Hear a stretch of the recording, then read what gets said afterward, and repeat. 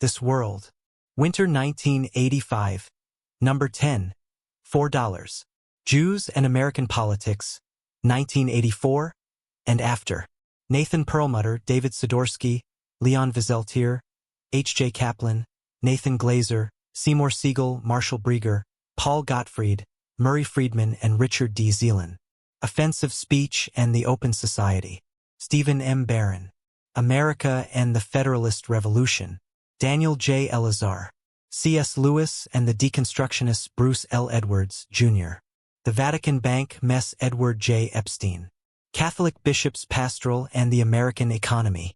A Symposium with Walter Burns, John Langan, J. Brian Benestad, Donald Warwick, and Michael Novak. The Bookshelf. Review essays by E. Stephen Hunt, Leslie Lenkowski, Stephen Miller, David Glassner, and Alan J. Levine. This World. Number 10. Contents. Jews and American Politics, 1984 and After. A Symposium with David Sidorsky, Nathan Perlmutter, Nathan Glazer, Leon Wieseltier, H.J. Kaplan, Marshall Brieger, Richard D. Zeeland, Paul Gottfried, Seymour Siegel, and Murray Friedman. Page 3. Offensive Speech and the Open Society. Stephen M. Barron. Page 39. America and the Federalist Revolution. Daniel J. Elazar. Page 52. The Vatican Bank, Mess Edward J. Epstein. Page 72. C.S. Lewis and the Deconstructionists. Bruce L. Edwards, Jr. Page 88. The Catholic Bishops' Pastoral and the American Economy. A Symposium with Walter Burns, John Langan, J. Brian Benestad, Donald Warwick, and Michael Novak. Page 99. The Bookshelf. E. Stephen Hunt on Jean-Francois Revel's How Democracies Perish. Leslie Lenkowski on Charles Murray's Losing Ground, American Social Policy, 1950 to 1980. Stephen Miller on Judith Enschlar's Ordinary Vices. David Glassner on Robert Axelrod's The Evolution of Cooperation. Alan J. Levine on Harry Rozick's Managing Moscow. Guns or Goods. Page 118. Contributors 136. To our readers, please note that we have recently moved our editorial offices.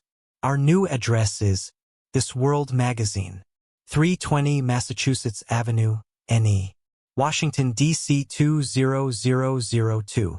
Editor, Michael A. Scully. Editorial Board, Michael Novak. Seymour Siegel. Editorial Advisory Board, Peter Berger. Walter Burns. James Finn.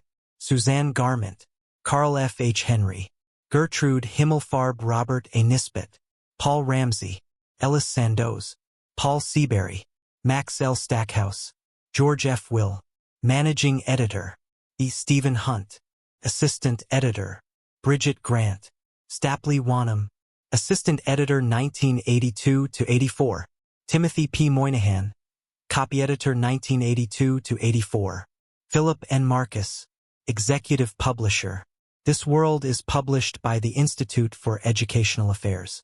Its office of publication is located at 320 Massachusetts Avenue, NE, Washington, D.C. 20002. Subscription price, $16. For 4 issues, $32 for 8 issues.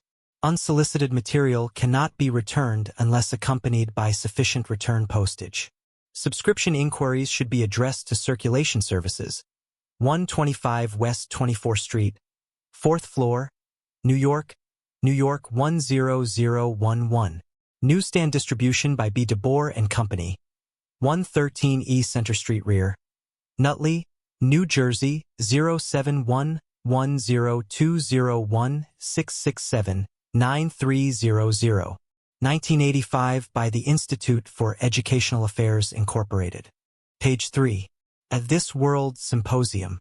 Jews and American Politics, 1984 and After.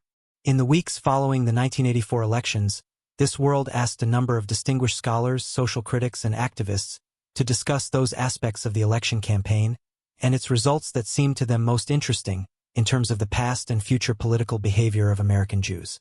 Below is a list of the respondents and of the pages on which their comments begin. David Sidorsky, Department of Philosophy, Columbia University, page 4. Nathan Perlmutter, National Director, Anti-Defamation League, page 15. Nathan Glazer, Professor of Education, Harvard University, page 18. Leon Wieseltier, Literary Editor, The New Republic, page 20. H.J. Kaplan, Founding Editor, Geo Magazine, page 22. Marshall Brieger, Special Assistant to the President, page 25. Richard D. Zeeland, American Jewish Committee, Chicago, page 30. Paul Gottfried, Professor of History, Rockford College, page 32. Seymour Siegel, U.S. Holocaust Memorial Council, page 35. Murray Friedman, American Jewish Committee, Philadelphia, page 37. Page 4. David Sidorsky, Professor of Philosophy, Columbia University. The statistical analysis of the Jewish vote in the 1984 presidential elections has not yet been completed. The difference between the slightly over 30% Republican vote, indicated by some of the exit polls, and the more than 40% figure derived from some studies of selected heavily Jewish precincts is a significant one. The larger figure supports the thesis of a continuing trend within the Jewish community, away from the left of the political spectrum, sustained by a closer alliance between the Republican Party and an important sector of the religiously Orthodox community. On either tally, however, the Jewish community is the only significant ethnic or religious constituency in white America in which the majority did not vote for the re-election of Ronald Reagan. This electoral result, repeating the voting patterns in the support of McGovern candidacy of 1972, casts into relief some familiar idiosyncrasies of Jewish political behavior. The Jewish community is demonstrably devoted to the security of the State of Israel and is well informed about the connection between that security and the military capabilities of the United States. Yet, it asserts a political preference for a party in which there is a faction whose sympathy with the goals of the PLO renders it effectively antagonistic to the security needs of Israel, and a much larger than factional sentiment is in opposition to any strengthening or upgrading of American security capacities. Similarly, the Jewish community is committed to protest actions and to political activism on behalf of the Soviet Jewish community, yet it advances through the Democratic Party the most accommodationist approaches to the Soviet Union. Again, the Jewish community is sincere in its expressed advocacy of an energy policy that would limit the excessive influence or potential coercion by the Arab oil-producing nations. It is also a community that legitimately takes pride in its comparative knowledge about scientific and technological questions. Yet, it has not provided any support for energy independence through such reasonable policies as greater use of nuclear power or the exploitation of American natural resources in ways consistent with environmental and ecological balance. The listing of these apparent discrepancies in political behavior suggests a need for complex or plural explanations. Accordingly, I suggest two alternative hypotheses, even though either singly or in combination, they provide only an incomplete explanation. The first traces the roots of current Jewish political attitudes to the Democratic coalition of the 1930s, with the implication that the survival of these attitudes is a kind of dysfunctional cultural lag, labeled as a politics of nostalgia. Page 5.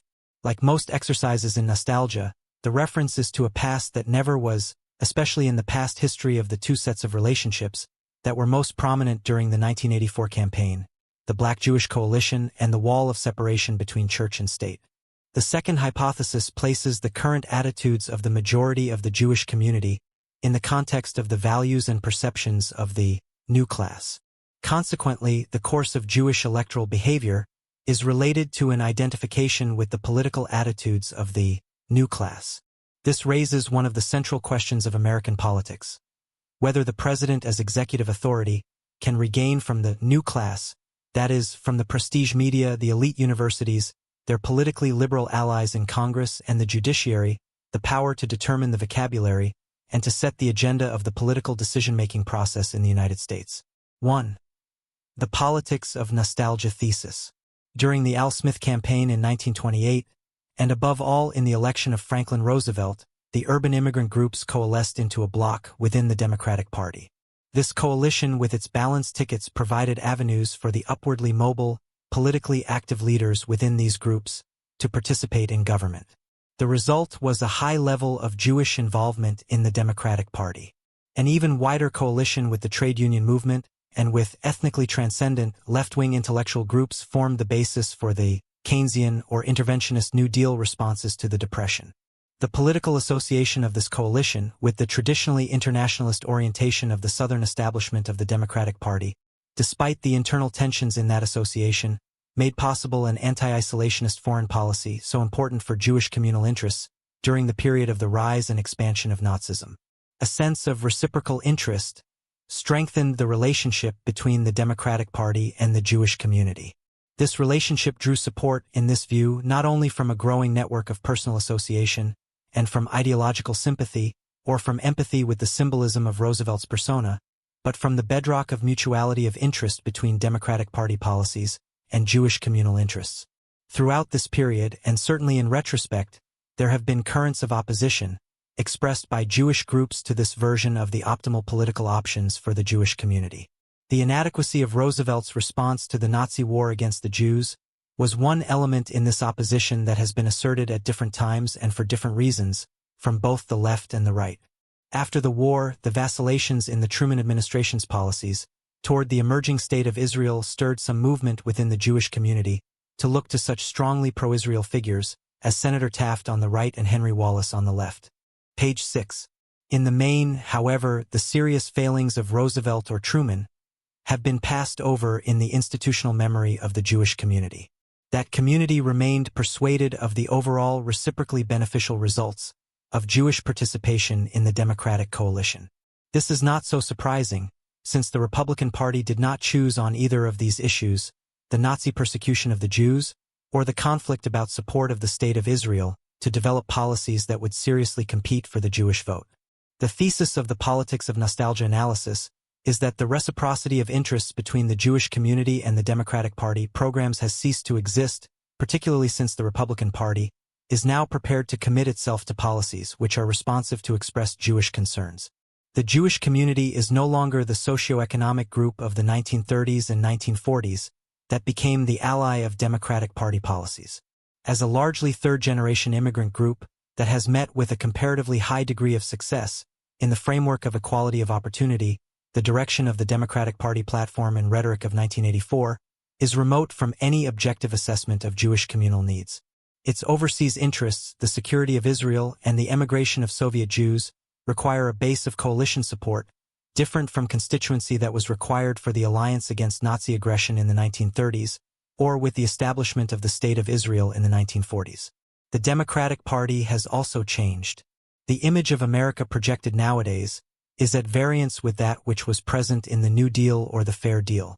The support for quotas is only a rhetorical symbol of a much more profound schism between a policy that seeks an end to discrimination as an expression of egalitarianism and a policy of redistribution for the sake of equality of results. Above all, the success of the McGovern wing of the party brought with it a decisive shift to the left in foreign policy. In the earlier intra-party conflict, the Henry Wallace faction, the 1940s Democratic left wing, failed to achieve the adoption of its platform or the nomination of its candidates. With reference to the Jewish communal interest, the Wallace group that became the Progressive Party was more supportive of Israel in 1948 than the centrist Democrats, partially reflecting the Soviet and left policies of the period, which aimed at the exclusion of British imperial presence or military force in the Middle and Far East. This heightens the relevance of the fact that the current left wing of the Democratic Party includes views that range from the minority support for the PLO and friendship with Libya to a broad sentiment of pressure upon Israel to negotiate with the PLO. These views reflect the general acceptance of Third World rhetoric and ideology in international conflict with Western nations and with the United States. Not surprisingly, many of the followers of Senator Henry Jackson, who was paradigmatically pro-Israel and opposed to accommodationist strategies, page 7, toward the Soviet Union, have felt compelled to leave the Democratic Party. On this analysis, the continued Jewish support for the Democratic Party shows a cultural lag in Jewish perceptions of the present situation. This lag may admit of rational and functional explanation in the persistence of useful personal ties and of established networks of communication and association with their important benefits of access, influence or appointments between major Jewish constituencies and the Democratic Party. Yet, on this analysis, the character of Jewish communal interests and of the McGovernized Democratic Party would increasingly bring about a political realignment within the Jewish community toward the Republican Party. The hope for such a realignment was greatly heightened by the surprising development of the Jesse Jackson candidacy. The personality, style, and positions of the Jackson candidacy confirmed the leftward trend of the Democratic Party in dramatic ways that underscored the opposition to the security needs of Israel. Much more surprisingly, the campaign showed a continuing connection with Libya and the surfacing of overt anti-Semitism. The expectation of this realignment was not realized for three reasons. The examination of each of those reasons can cast light on the future options for political choice within the Jewish community. Black-Jewish relations. One reason that the Jewish community did not react to the Jackson candidacy with the expected protest vote against the Democratic Party was its refusal to believe that a Mondale victory would lead to a stronger role for Jackson or his policies in American government or politics. To a degree, in the characteristically liberal manner that views antagonistic behavior as a symptom to be treated by an examination and reform of institutional root causes, including one's own responsibility for institutional failure, the leadership of the Jewish community has sought re-examination of the Black-Jewish relationship. In the post-election calm, there have been several significant Jewish investigations whose purpose is the diagnosis and the improvement of the relationship between the two communities. Independent of any audit of the election results, there is virtual unanimity that the Black minority should be assisted in any feasible and reasonable way to progress socially and economically. There is no disagreement about the value and significance of better understanding between Blacks and Jews. There is no such unanimity, however, about the program of the restoration of the Black-Jewish coalition, since there is confusion about the historical relationships to which this programmatic slogan makes reference. It could represent a revisionist interpretation of the urban ethnic coalition. This coalition co-opted Blacks for participation and office in the Democratic Party, in increasing numbers after their post-war migration to the northern cities.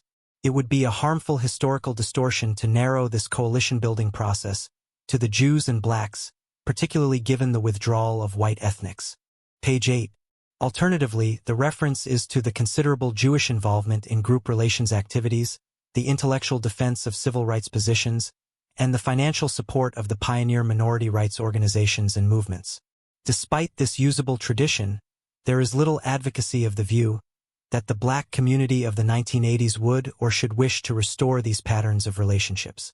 Another alternative reference is by way of a nostalgic summoning of the memories of a few years in the middle of the 1960s. Parallel with the movements in support of the defeat of the non-communist governments of South Vietnam, Laos, and Cambodia, Jewish groups participated in the direct action demonstrations that led to the Johnson-era civil rights legislation and programs.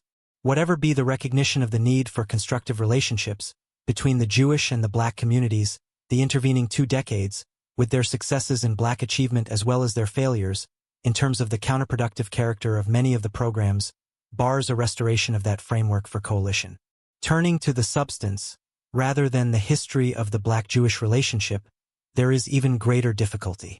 Only a substantive agenda, which has a basis in the current conditions of the Black community, and a practicable approach can provide a guide to action, without excessive risk of future disillusion.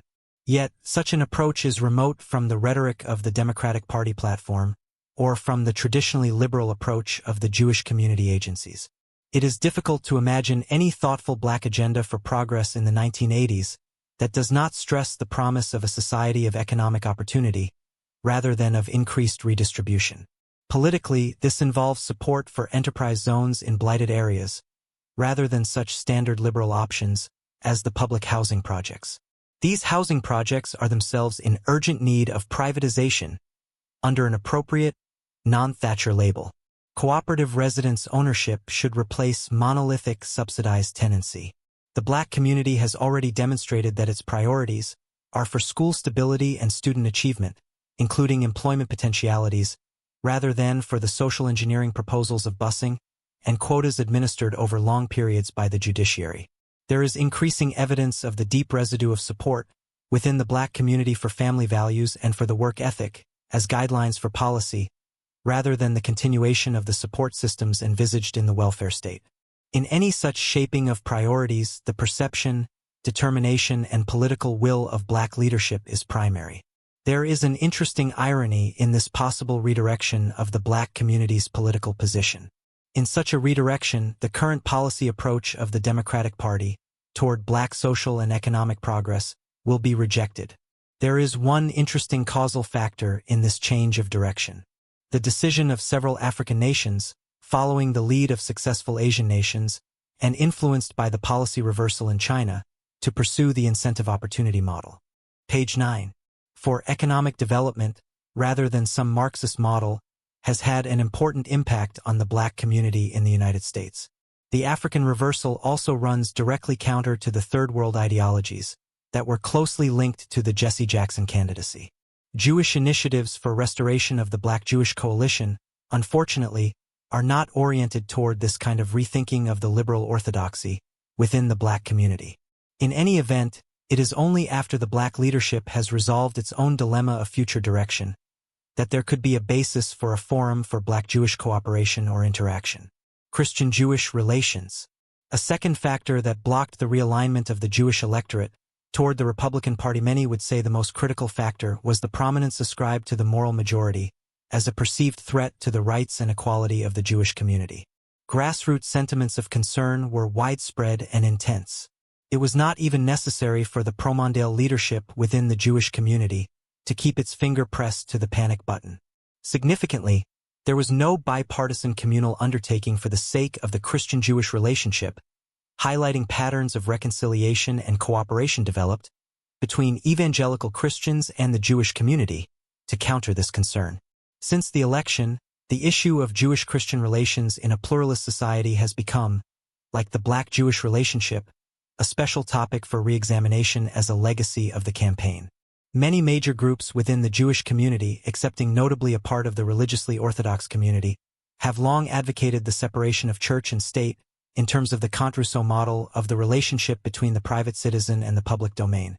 In that model, religious beliefs and practices are the private affair of the individual. Only the civic religion can have a place in the public domain.